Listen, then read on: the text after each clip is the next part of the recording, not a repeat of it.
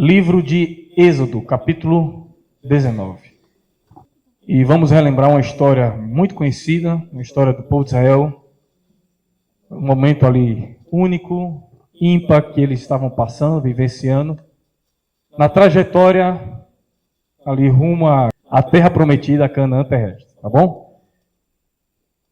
Antes de lermos aqui a história, ou os versos, como o irmão já orou, não vou mais orar. E muito obrigado, irmão, pela oração, tá? Mas eu gostaria de fazer uma pergunta. Quando a gente olha para o Antigo Testamento e a gente vê no Antigo Testamento várias manifestações visíveis de Deus, que na teologia a gente chama de teofanias, né? Deus agindo através do seu poder de maneira mais visível, ok? Na opinião de vocês, qual é o momento que Deus assim apresenta mais o seu poder, a sua glória, a sua manifestação? A gente tem vários momentos, tanto no Novo quanto no Velho. Mas agora, se tratando do Velho Testamento, alguém poderia citar assim algum exemplo que você acha aqui nesse momento Deus agiu de maneira muito poderosa? Abriu o Mar Vermelho, muito bem. Abertura do Mar Vermelho, o que mais? Daniel, em qual momento? Momento em que Deus preservou a vida de Daniel na cova dos leões, ok? Alguém aí lembra que estudamos até nessa semana na escola sabatina, né? Primeiro atributo de Deus, Gênesis capítulo 1, verso 1. No princípio criou Deus, né? Então, eu creio, irmãos, que assim, na minha opinião, tá? A maior manifestação de Deus, do seu poder, foi na criação. No Antigo Testamento ali está descrito na criação, né? Realmente a Bíblia fala que através do poder da palavra do Senhor, as coisas começaram o quê? Surgiam, né? Passavam a existir através do comando da palavra de Deus, a palavra poderosa de Deus. Realmente a criação, a gente pode perceber um dos momentos que Deus mais demonstra o seu poder, a sua glória. Mas, na minha opinião também, existe um outro momento na Bíblia que Deus, de maneira muito visível, apresenta o seu poder, que é o momento em que Deus usa o seu poder para libertar o povo de Israel do cativeiro egípcio. E esse poder ali, podemos dizer que está demonstrado nas pragas que foram derramadas ali no Egito, ok? Por que Deus, de maneira tão poderosa, agiu ali no Egito para libertar o seu povo? Porque, irmãos, quando a gente analisa esse contexto da libertação do povo de Israel no Egito, a gente percebe que, de maneira muito singular, Deus, ele usa seu poder e ele destroça, ele aniquila ali, não somente o povo, né, através das pragas, enfim, mas o sistema religioso dos egípcios. Não sei se vocês já estudaram sobre isso, mas cada praga que foi derramada tinha, de alguma maneira, uma relação direta a um deus egípcio. Pra vocês terem noção, o rio Nilo, tido, né, para os egípcios ali como um rio sagrado, eles criam que 3 divindades cuidavam do rio Nilo. 3 deuses cuidavam só do rio Nilo. Aí Deus fala assim, Moisés, pega o cajado, né? Toca no rio e o cajado e o rio, as águas vão se transformar em sangue. Em outras palavras, Deus está dizendo o seguinte: gente, povo, quem manda aqui sou eu. Não existe um outro Deus. Não existe um Deus verdadeiro como eu. Eu sou o único Deus. Deus falava e as coisas passavam a agir daquela forma através do poder da palavra de Deus. E vinham moscas e eram moscas, eram gafanhotos, eram gafanhotos, escuridão, vinha escuridão, piolhos e outras pragas também, através do poder da palavra de Deus. E Deus então ele desmonta todo o sistema religioso dos egípcios para dizer assim: quem manda sou eu. Deus usa seu poder de maneira muito visível. Eu pergunto, irmãos, para quê? Ou por quê? Qual foi o maior intuito de Deus ao fazer isso? Ou qual era o maior objetivo de Deus ao fazer tudo o que fez ali, usando o seu poder para libertar o povo do Egito? Alguém gostaria de responder aí? Salvação do povo. Amém. O que mais? Libertação. Mostrar que Deus é o único Deus verdadeiro. Amém. Tudo isso aí está certo, tá? Alguns poderiam falar assim, Deus ele tinha que ser fiel à sua palavra. E a palavra dizia que o povo de Israel, escolhido ali por Deus, teria que habitar na terra, não é assim? Não foi a promessa que foi feita a Abraão?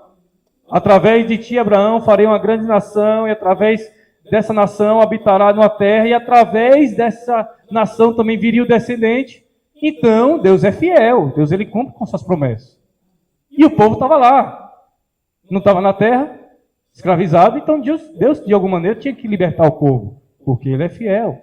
Está certo ou está errado? Está certo.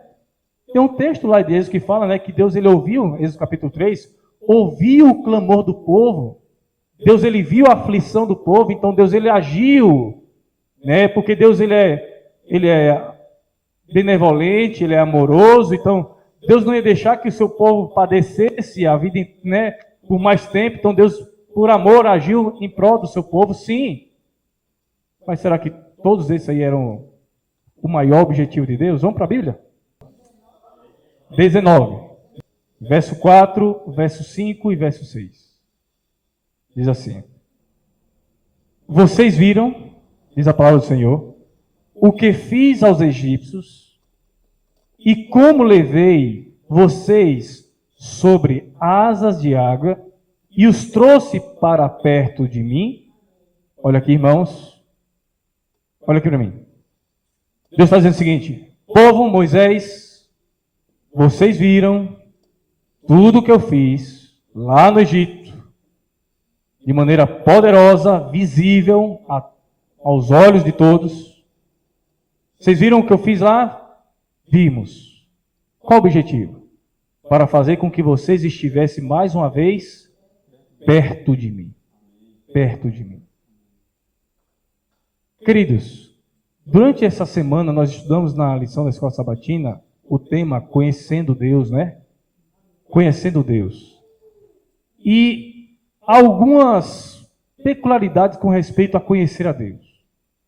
A lição nos trouxe esse detalhe, não sei se vocês recapitularam e destacaram esse ponto, que conhecer a Deus não é simplesmente conhecer de maneira intelectual ou de forma teórica Deus. Tipo assim, eu sei quem é Deus. Eu sei, né, sobre Deus. Eu sei quais são os atributos de Deus e eu conheço, eu tenho uma certa, vamos dizer assim, inteligência ali a respeito, conhecimento a respeito de quem é Deus. Conhecer a Deus, ele é muito mais do que teoria, né? A gente viu isso na lição. Conhecer a Deus tem a ver com algo prático, baseado no relacionamento que eu tenho com esse Deus. De alguma maneira o povo estava distante de Deus, já há muitos anos ali, né, no cativeiro egípcio. Alguns falam, a gente tem aquele cálculo, né, de 400 anos, mas se a gente for calcular mesmo, o tempo que eles ficaram lá presos no Egito dá mais ou menos 200 e poucos anos. O povo já não guardava mais o sábado. O povo talvez conhecia Deus tendo aquele conhecimento, né, distante. Eu sei que meu avô falava, meus bisavós falavam a respeito desse Deus, Criador de todas as coisas, o Deus de Israel, o Deus de Isaac, Jacó, o Deus de Abraão. E nós temos que ter esse Deus, né, na nossa vida. Mas, irmãos, o povo realmente estava muito distante de Deus. O povo não tinha um relacionamento próximo, íntimo com Deus. E de alguma maneira Deus agiu de forma poderosa para se apresentar a esse povo, se fazer conhecido ao povo mais uma vez, fazer com que o povo, né, conhecesse Deus de maneira íntima, de maneira próxima. E tinha alguns objetivos. O próprio texto fala, verso 5 diz assim: agora, pois, se ouvirem atentamente a minha voz e guardares a minha aliança, vocês serão minha propriedade, o quê? Peculiar, ok? Ou particular, como alguns dizem, né? Dentre todos os povos, porque toda a terra é minha. Eu gosto dessa versão aqui, a minha versão, que aparece a palavra peculiar, porque às vezes a gente usa até esse termo peculiar para dizer assim, fulano ali é peculiar. quando a gente diz assim, fulano de tal, seu João, Dona Maria é peculiar, o que é que a gente está querendo dizer? Que ele é diferente, né? Que ele tem um jeitinho próprio dele, ele tem a maneira dele. A gente quer dizer o seguinte, que seu João, ele é peculiar porque ele tem um jeito dele, diferente. E é isso mesmo que Deus queria fazer com que o povo fosse diferente das demais nações, para que de alguma maneira aquela diferença fosse atrair as nações e olhassem então para Israel e falassem assim, por que vocês são diferentes? O que há em vocês que fazem com que vocês sejam diferentes? Lembra lá da história da rainha de Sabá, né? Que viajou para conhecer Salomão e o povo e as coisas que ouviu falar a respeito de Israel. Aí Salomão, abestalhado, né? Foi mostrar as riquezas, né? Em vez de apresentar o que realmente eles tinham de mais diferente, que era Deus. É a presença de Deus. É a vivência de um relacionamento, né, com Deus. Irmãos, esse era o grande objetivo de Deus ao fazer o que fez lá no Egito. E o verso 6 ainda diz assim, e vocês serão para mim um reino de sacerdotes e uma nação santa e uma nação santa. São essas palavras que você falará aos filhos de Israel. E então Deus, ele se prepara para um grande momento especial onde Deus vai se revelar ao povo. Êxodo capítulo 19, nós conhecemos o contexto. É o momento em que o povo de Israel, na peregrinação, está onde, irmãos? Onde é que eles estão? No deserto, no pé do Monte Sião. Lembra que próximo capítulo já é um dos mandamentos, onde Deus, né, dá os mandamentos para Moisés, tal, enfim. Então, nesse momento que o povo sai do Egito, com a mão poderosa, Deus tira lá o povo do Egito. E eles iniciam essa caminhada rumo, né, à terra prometida. Há vários estágios durante essa peregrinação. E vamos ver que esse primeiro estágio, essa primeira parada ali, que foi no Monte Sião, foi um grande momento. Porque Deus, ele tirou o povo do Egito para que se tornasse conhecido, para que o povo estivesse perto dele. E agora, então, Deus, ele se prepara para se revelar ao povo. É esse o contexto do capítulo 9, do capítulo 19. Deus agora quer manifestar de maneira muito especial ao povo. E então Deus dá uma ordem a Moisés. Qual foi a ordem? Moisés, prepara o povo aí. Diz ao povo para lavar as vestes, se purificar. Diz ao povo aí para ficar com corações, né, temerosos, orarem, clamarem, porque ao terceiro dia eu vou me revelar para o povo e vou manifestar meu poder sobre o cimo desse monte. E então Deus dá essa ordem a Moisés, para que Moisés então anunciasse essas palavras ao povo e o povo então se preparasse para ter um momento especial com Deus. E amados, Deus, ele cumpriu com a sua promessa. E a Bíblia diz que ao terceiro dia, depois de ter dado essas palavras a Moisés, Deus, ele manifesta o seu poder sobre aquele monte. Vamos lá para o verso 16. O que é que diz a palavra do Senhor? Diz assim, ao amanhecer do terceiro dia, houve o que, irmãos? Na sua Bíblia diz o que aí? Trovões e relâmpagos. Uma espessa nuvem cobriu o monte. E ouviu um forte som de trombeta, de maneira que todo o povo que estava no arraial tremeu de medo. Verso 17. E Moisés levou o povo para fora do arraial ao encontro de Deus, e puseram-se ao pé do monte. Todo o monte Sinai fumegava, porque o Senhor havia descido sobre ele em fogo. Uma fumaça subia como fumaça de uma fornalha. E todo o monte tremia com violência. Irmãos, imagina, vocês estão lendo aqui, imaginando a cena na mente? Eu gosto de ler a Bíblia assim. Eu fico tentando imaginar a cena na minha mente. Agora olha aí, viajar mesmo, irmão. Não é viajar na maionese, não é viajar no texto, isso mesmo. Verso 19, diz assim, e o som da trombeta ia aumentando cada vez mais. Moisés falava e Deus lhe respondia no trovão. O Senhor desceu sobre o monte Sinai. Sobre o alto do monte, o Senhor chamou a Moisés para o alto do monte e Moisés foi até lá. E pausa aí por aí. Pausa aí um pouquinho. Porque o verso 21 é um dos versos mais tristes da Bíblia. Eu vou explicar por quê. Como eu falei, Deus ele agiu de maneira poderosa para fazer com que o povo estivesse perto dele. Perto de mim. É o que lemos lá no primeiro texto, no verso 4. Aí chegou um momento, irmão. Deus fala assim, Moisés, prepara o povo. Terceiro dia, eu vou manifestar meu poder sobre esse monte. Eu vou descer aqui e, meu amigo, vai ter trovões, relâmpagos. Esse monte aqui vai pegar fogo, amém? E a ordem de Deus era o seguinte, mas coloca limites aí, porque o povo não pode subir antes da hora, e quando então tocar a trombeta, a ordem é o seguinte, manda o povo subir ao monte. A gente sabe que a trombeta aqui, antigamente, era o famoso chofar, né? Quando tocar a trombeta, soar a trombeta, manda o povo subir, porque eu quero ter um encontro especial, não somente com você, Moisés, mas com todo o povo. Aí a Bíblia diz, irmãos, que ao amanhecer do terceiro dia, Deus então desceu, o monte pegou fogo, houve ali trovões, relâmpago, ao ponto do povo o quê? Se estremecer. E a trombeta então tocou. A trombeta soou. E cada vez mais que Moisés falava, a trombeta tocava, Deus respondia com mais poder. E então chegou o momento do povo subir para ter um encontro com Deus. Mas aí, queridos, infelizmente, nós temos na Bíblia o verso 21. O verso 21, que na minha opinião é um dos versos mais tristes da Bíblia, o que é que ele nos diz?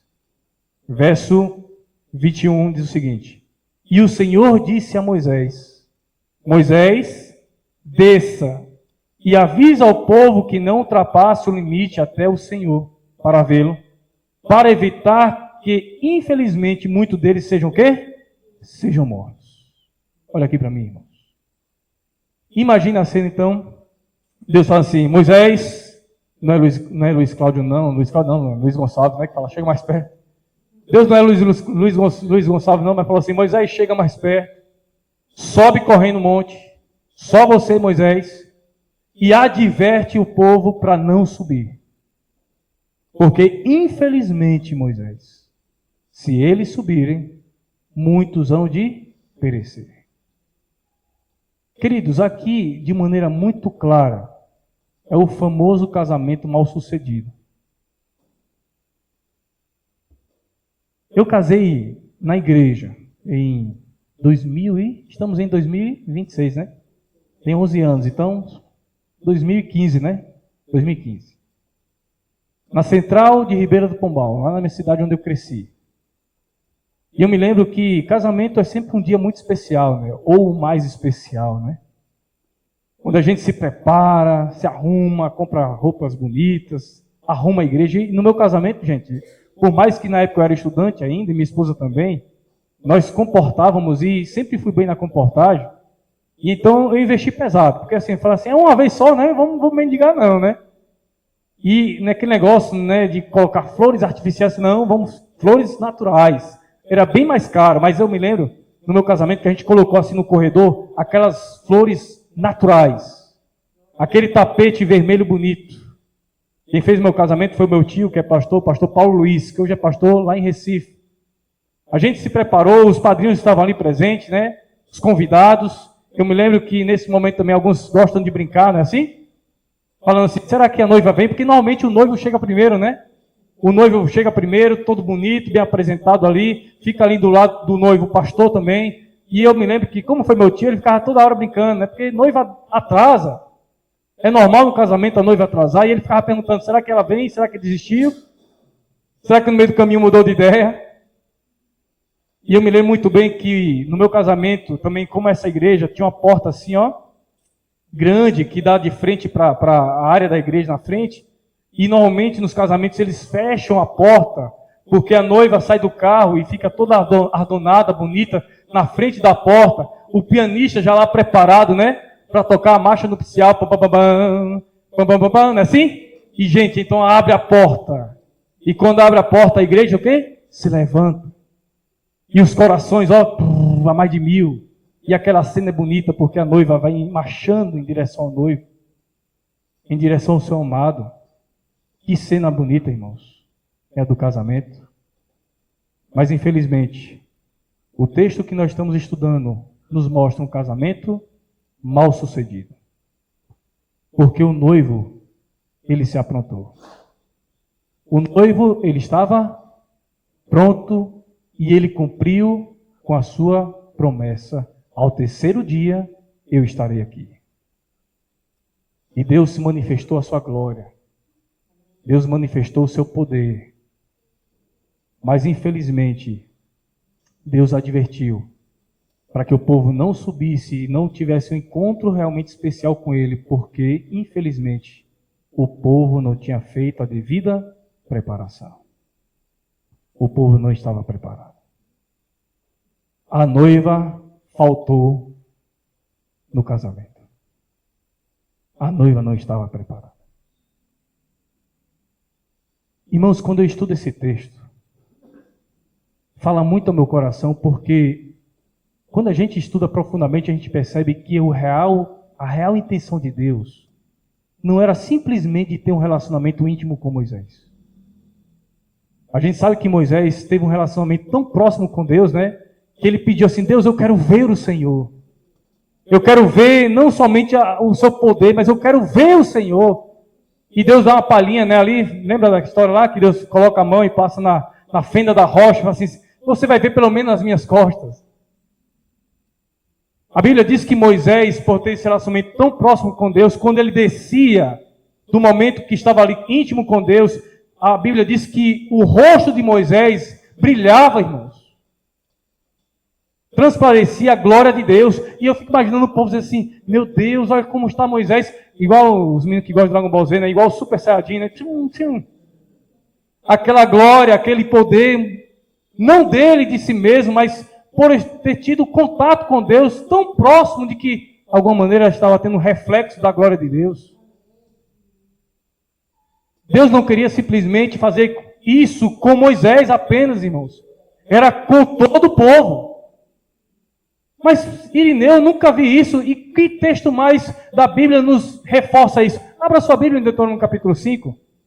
Deuteronômio capítulo 5. Olha o que Deus nos diz a respeito desse evento, irmãos. A respeito desse momento da história em que o povo de Israel estava vivendo. Porque em Deuteronômio capítulo 5, Moisés agora está falando para a segunda geração, que é a geração daqueles que habitaram na terra, entraram na terra, na Canaã terrestre. E Moisés faz uma volta no tempo e relembra esse momento lá de Êxodo capítulo 19, contando isso para a nova geração. Olha o que ele diz, a partir do verso 2, assim: o Senhor nosso Deus fez aliança conosco em Horebe. Não foi com os nossos pais que o Senhor fez aliança, e sim conosco. Todos os que hoje aqui estamos vivos, e olha, preste atenção, o verso 4 diz assim: face a face, o Senhor falou conosco no monte, no meio do fogo. Naquela ocasião, eu me coloquei entre o Senhor e vocês, para lhes anunciar a palavra do Senhor. Por quê, irmãos? Porque vocês ficaram o quê? Com medo do fogo e não subiram no monte. Moisés está dizendo o seguinte: eu fiquei como interlocutor entre Deus e vocês. Eu fiquei como intermediador entre Deus e vocês, porque quando tocou a trombeta, vocês ficaram com medo de Deus. Medo de Deus. E não subiram ao monte. Porque infelizmente não fizeram a devida preparação. Queridos, quando a gente analisa esse texto e fazemos um paralelo com os dias atuais, porque somos o povo que crê que Jesus está voltando, amém? E a Bíblia nos diz que a trombeta irá soar mais uma vez. Paulo diz que quando soar a trombeta, os mortos em Cristo que ressuscitarão, não é assim? E olha que paralelo interessante, porque Paulo mesmo diz que quando Jesus voltar a essa terra, ele não vai caminhar novamente como foi na primeira vez, não vai descer aqui, vai bater um papo com a gente. Por isso que a Bíblia nos alerta em Mateus 24 diz assim, ó, não vos engane, viu? Aquele se surgiu, o tal Messias dizendo assim, ó, cheguei e tal, e vamos lá revolucionar, vamos fazer isso. É mentira. Mesmo se aparecer no deserto, mesmo se aparecer numa grande cidade, é mentira, porque quando Jesus voltar novamente com poder e glória a esse mundo, ele ficará sobre as nuvens do céu, no Ares. Os anjos irão descer para recolher as famílias, os vivos, né, por intermédio da voz de Jesus, e os mortos que irão ressuscitar em Cristo. Todo mundo, então, seremos o quê? Paulo diz, arrebatados para ter encontro com Jesus aonde? Nos ares. Quando a trombeta tocar, mais uma vez. E aquele que estuda as profecias e os sinais, todos nós, irmãos, até aqueles que não estudam, viu? Todos nós, podemos dizer hoje que essa trombeta está muito perto para ser tocada de novo. Muito perto. Onde nós teremos a oportunidade de subir para ter um encontro com o Senhor nos ares. A pergunta que eu faço é, estamos fazendo hoje a devida preparação? Estamos fazendo hoje a devida preparação para que ao terceiro dia, quando o Senhor manifestar sua glória e seu poder, ao invés de ficarmos com medo no pé do monte, vamos ter capacidade de dizer assim, Senhor, eu vou subir. Porque ao invés do medo, meu coração está cheio de alegria. E eu quero ter um encontro com o Senhor face a face.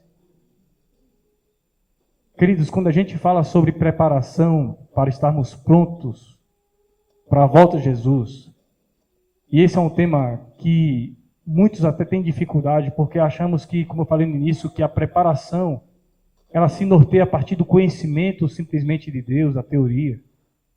Mas o conhecer a Deus tem a ver com algo prático, tem a ver com algo relacional. E eu quero abrir meu coração aqui para vocês, e talvez essa seja a parte mais importante do sermão. Sabe por quê? Porque nós temos dificuldade de ter um relacionamento com Deus. Como igreja, irmãos. Eu sou adventista desde quando me entendo por gente, como a gente fala, né? Nasci no lar adventista. Já sou a terceira geração de pastores na minha família. A minha vida foi dentro da igreja.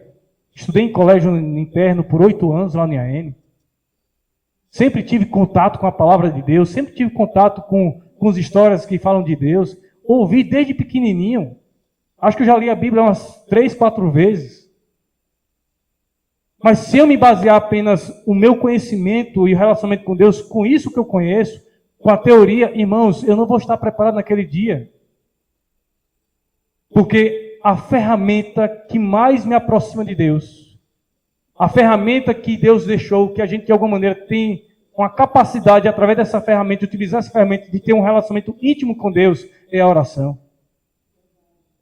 Irmãos, eu conheço pessoas que por sua limitação intelectual, talvez até analfabetas, tios meus que até analfabetos, que conhecem muito pouco da Bíblia, mas eu falo, olha assim, uma pessoa firme na fé, forte na fé, porque tem uma vida em oração. Ao contrário, eu nunca vi gente que é forte na fé, que é forte espiritualmente, que é fraco na oração, mas é o bambambam da palavra. Eu nunca vi isso. Mas eu vi ao contrário. Gente que conhece pouco da palavra, mas que é forte na oração, e a gente olha assim e fala assim, é um homem de Deus. É um homem de Deus. É uma mulher de Deus. Sabe o que está faltando, queridos? Na nossa vida espiritual, a gente precisa orar mais. A gente precisa orar mais. Eu não conheço ninguém, a minha trajetória de vida, pouca que tenho, vou fazer 36 anos apenas, mas ninguém que fala assim, decidi orar e não mudou a vida. A minha vida só mudou quando eu falei assim, Senhor, eu preciso começar a orar. E por mais que eu fui criado num lar cristão, Eu conhecia de Deus, mas eu não orava. Eu conhecia de Deus, mas não tinha um relacionamento íntimo com Deus. Porque através da oração, através desse ato, de alguma maneira, queridos, a gente vive algumas experiências espirituais que Deus nos presenteia e faz com que a gente confie tanto nele, nos apegue tanto a ele, e estejamos preparados e prontos para enfrentar os desafios desse mundo, as tribulações e tentações, só por meio da oração. Um dos momentos que eu mais orei na minha vida, eu vou finalizar agora com essa história, é no momento que, eu não sei quantos aqui já foram comportores. Já foram alguém? Comportores? Rapaz, sofredor, hein?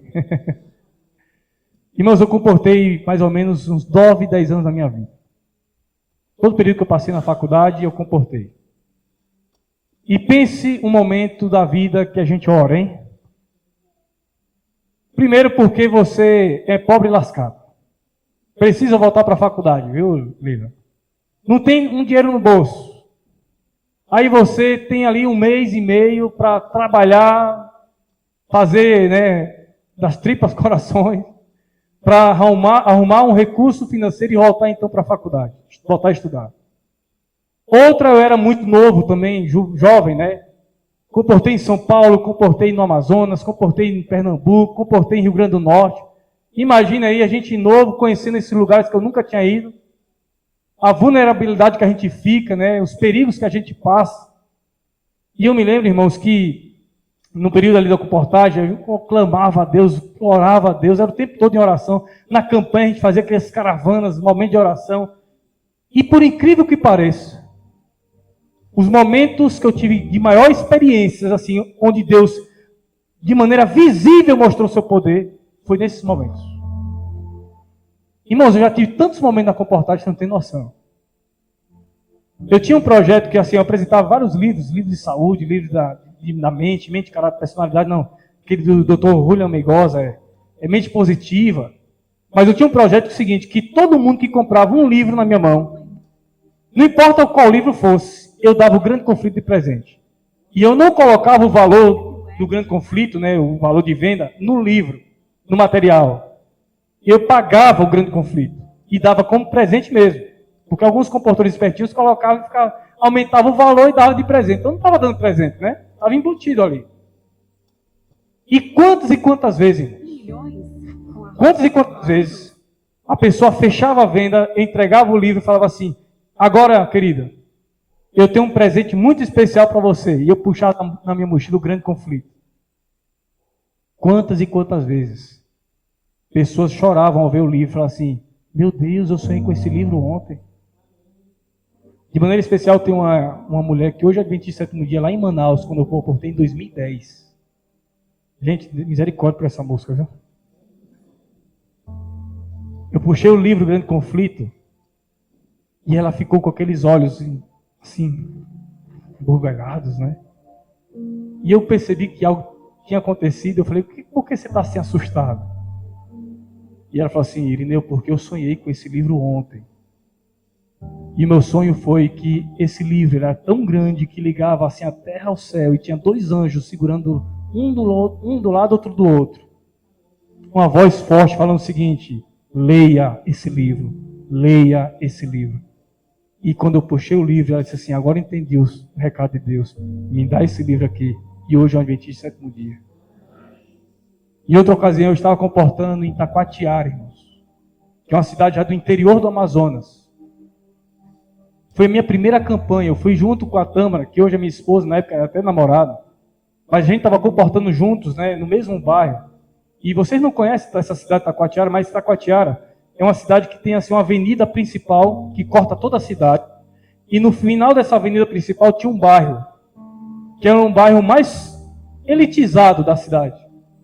E eu e minha esposa, agora a esposa, estávamos trabalhando nesse bairro. E na primeira comportagem, na primeira campanha, a gente tem uma regra, né? A gente nunca começa com aquelas, trabalhar em empresas, em igreja, não, é PAP, porta a porta. É a comportagem raiz, é bater casa por casa, né? Esse é o início da comportagem, é assim que a gente cria a base.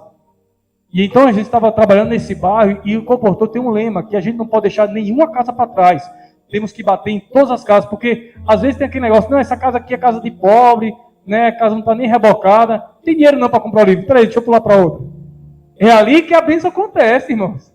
Quantas e quantas vezes entravam na casa luxuosa, não comprava, não gastava R$1, não comprava um livro. E casas humildes, simples, às vezes fechava uma coleção. E eu me lembro que eu estava com o Tama trabalhando naquele bairro, passando casa por casa. Cheguei em uma casa, bati palma, ninguém saiu. Eu falei, se não tem ninguém, aí é permitido a gente ir para outra casa, porque não tem ninguém para receber. E assim foi, passei para outra casa. Trabalhando naquele bairro mais ou menos até umas 7 horas da noite. Quando foi 7 da noite, estávamos voltando para a campanha. Irmãos, eu me lembro como hoje, me veio na mente, volta naquela casa. Volta naquela casa. E eu falei assim, Tâmara, eu preciso voltar em uma casa que eu bati mais cedo e não tinha ninguém. Algo está me incomodando aqui para eu voltar naquela casa. Aí então falou assim, eu estou cansado, eu vou para a campanha. Eu falei, não, pode ir. Pode ir que depois eu vou. Irmãos, eu voltei naquela casa. Bati, toquei a campainha, ninguém saiu. Ninguém saiu. Eu falei, meu Deus, você mandou aqui à toa, né? Para nada. Só que atrás de mim, atrás daquela casa, na outra rua, tinha uma igreja católica, uma capelinha, estava iniciando o culto. Tinha um jovem embaixo de uma mangueira, que falou o seguinte, eu acho que não tem ninguém não. Porque na casa tinha um quadro de um santo. Eu vi que eles eram católicos. E o rapaz falou assim, o pessoal deve estar aqui na igreja. Aí naquela hora, irmãos, me veio na mente assim, Deus me mandou aqui, não foi para visitar ninguém dessa casa, foi para falar com esse jovem. Eu virei assim as costas, dei de frente para o jovem, estava embaixo de uma árvore, um lugar escuro. Me aproximei do jovem e falei assim, jovem, o que você está fazendo aqui? Aí ele começou a contar, não, eu estou aqui porque minha avó está no culto, está na missa e tal, eu estou esperando. Aí a gente começou a conversar. No meio da conversa, aquele jovem me solta que ele era um adventista, o único adventista da família, que estava meio frio na fé, afastado, pensando em abandonar a igreja, falando das dificuldades que ele estava vivendo em ser o único adventista da família e voltar para a igreja dos pais, enfim, ou ir para o mundão. Irmãos, quando aquele jovem soltou aquilo, eu falei, Senhor, eu entendi o recado. Irmãos, eu era jovem também, em 2009 isso aí, acho que eu tinha uns 20 e poucos anos. Na hora me veio assim na mente, eu sou um anjo. E eu falei para aquele jovem, jovem, eu sou um anjo. Quando eu falei assim, eu percebi que ele meio que olhou assim, né? Mas ele meio que ficou acreditando mesmo. E eu vim do céu para te dar um recado de Deus para você. Na autoridade, irmãos. E eu falei, irmãos, esse é o caminho correto, é a igreja de Deus. Por mais que tenha dificuldade, irmão, jovem, segue firme. Comecei a pregar para aquele jovem. E falei, bati o pé, dei as costas e saí. Irmão, sem mentira nenhuma. Eu dei uns 5 passos, faltou energia. Veio escuridão. Subiu naquele momento, um frio na espinha assim, ó. Eu falei, Deus, obrigado pelo efeito especial, né? Porque aquele jovem não me viu mais. Quando eu saio do bairro e viro para a avenida principal de Taquatiara, irmãos, toda a cidade iluminada. Toda a cidade iluminada. Só faltou luz naquele bairro. Voltei para a campanha, contei somente para a Tâmara, não contei nem para o líder da campanha na época. Resultado, voltei para o colégio, formei em fisioterapia, depois fiz teologia, recebi o chamado em ser pastor no Amazonas. E o primeiro chamado que eu tive foi ser associado de publicações, trabalhando com a comportagem. Em um momento lá, com os meninos, a gente fazia a casa aberta, pegava aqueles bonecos do nosso amiguinho, fazia a apresentação para depois apresentar a literatura. Fomos viajar para uma cidade chamada Manacapuru. E eu me lembro que eu coloquei no meu carro aqueles meninos, né, da campanha, e fomos lá porque eles seriam os bonequinhos do nosso amiguinho. E na volta dessa viagem, uma moça chamada Flávia, que estava na frente ali, líder da campanha dos estudantes. Eu contei essa história para ela, na viagem. E ela falando assim, Irineu, eu não acredito. E eu contando, ela falando assim, Irineu, eu não acredito. Eu falei, quem é, Flávia? Ela, Irineu, eu não acredito. Quando terminei a história, eu falei, por que você não acredita? Ele disse, porque eu conheço essa história. Eu falei, mas como é que você conhece? Porque só minha esposa praticamente conhece essa história. Eu conheço essa história porque eu comportei em Taquatiara. E eu visitei esse rapaz. E ele me contou essa história. Irineu, até hoje, esse rapaz acha que foi um anjo. Eu falei, foi mesmo, né? Porque o anjo não é mensageiro, né? Até hoje ele acha que foi algo sobrenatural. E ele disse para mim que aquele momento foi decisivo na vida dele, para ele permanecer firme na fé. Esse homem hoje é um ancião lá da igreja de Taquatiara. Irmão, se eu ver na rua, eu não conheço. Porque nunca mais ouvi esse homem. Nunca mais ouvi. Vou conhecer. Isso tudo acontece, irmãos, quando a gente para orar. A gente precisa orar como igreja. Para que haja uma revolução, irmão, espiritual aqui nesse bairro. Para que essa igreja tenha condições de proclamar a última mensagem de advertência a esse mundo, declarada em Apocalipse capítulo 18, que fala que a luz iluminará a terra, que os anjos atuais, eu e você, os mensageiros atuais, vamos ter a capacidade, com ousadia, de proclamar de maneira poderosa o Evangelho eterno. Se a gente decidir parar para orar. A correria da vida é muito frenética, que a gente tem deixado de orar. A gente tem negligenciado essa prática espiritual tão importante para que tenhamos intimidade, para estarmos perto de Deus e preparados para quando a trombeta soar, estarmos prontos para subir. O apelo de Deus nessa manhã é: você quer sair daqui hoje dizendo assim, Senhor, me ajuda. Me ajuda, Deus, porque eu acordo sem vontade. Porque a minha oração tem sido aquela oração decorada e resumida, né? Senhor, me obrigado porque descansei a noite, obrigado pelo dia. Me abençoa, Senhor, mais um dia. Me ajuda, Deus, a ter tempo de qualidade, parar para orar, comungar com Deus. Me ajuda, Deus, porque mesmo sem vontade eu sei que eu preciso orar. E Deus ouve a oração daquele que fala assim, Senhor, não quero estar aqui, não queria orar, estou com a mente decolando aqui, Senhor, tanta coisa que eu preciso fazer, mas Senhor, eu sei que eu preciso, para me manter firme na fé, para estar lavando as vestiduras, né? Para que minha vestidura esteja alva, branca, porque eu preciso ser lavado pelo sangue do Cordeiro, mas para isso a prática da oração é essencial, é necessário. Senhor, me ajuda a aprender, a amar, a gostar de orar. Você deseja dizer isso ao Senhor? Levante sua mão. E fala assim, Senhor, a partir de hoje, eu quero ter uma vida de oração com o Senhor. E se prepare, queridos, para ter experiências espirituais, a quais você talvez nunca tenha vivido. Quando a gente para orar, Deus, Ele age de maneira poderosa em nós, para alcançar outros também. Amém? Que Deus nos abençoe. Vamos ouvir uma música? Podemos orar então? Vamos ficar em pé.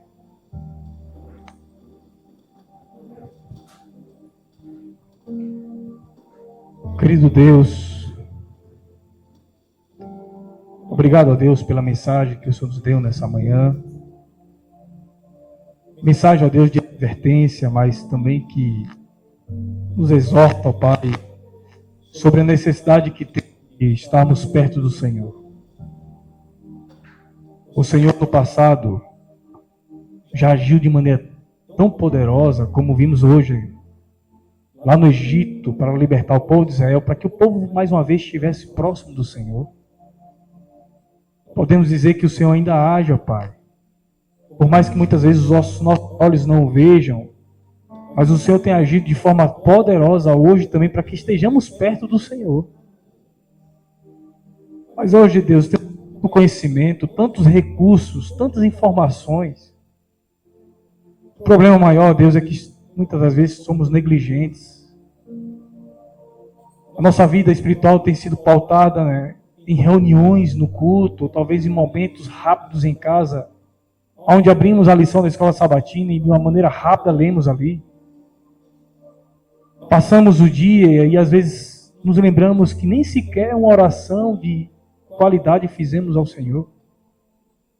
Como queremos enfrentar, ó Deus, os últimos acontecimentos desse mundo, como queremos enfrentar, ó Pai, as grandes tribulações que nos esperam, ó Pai.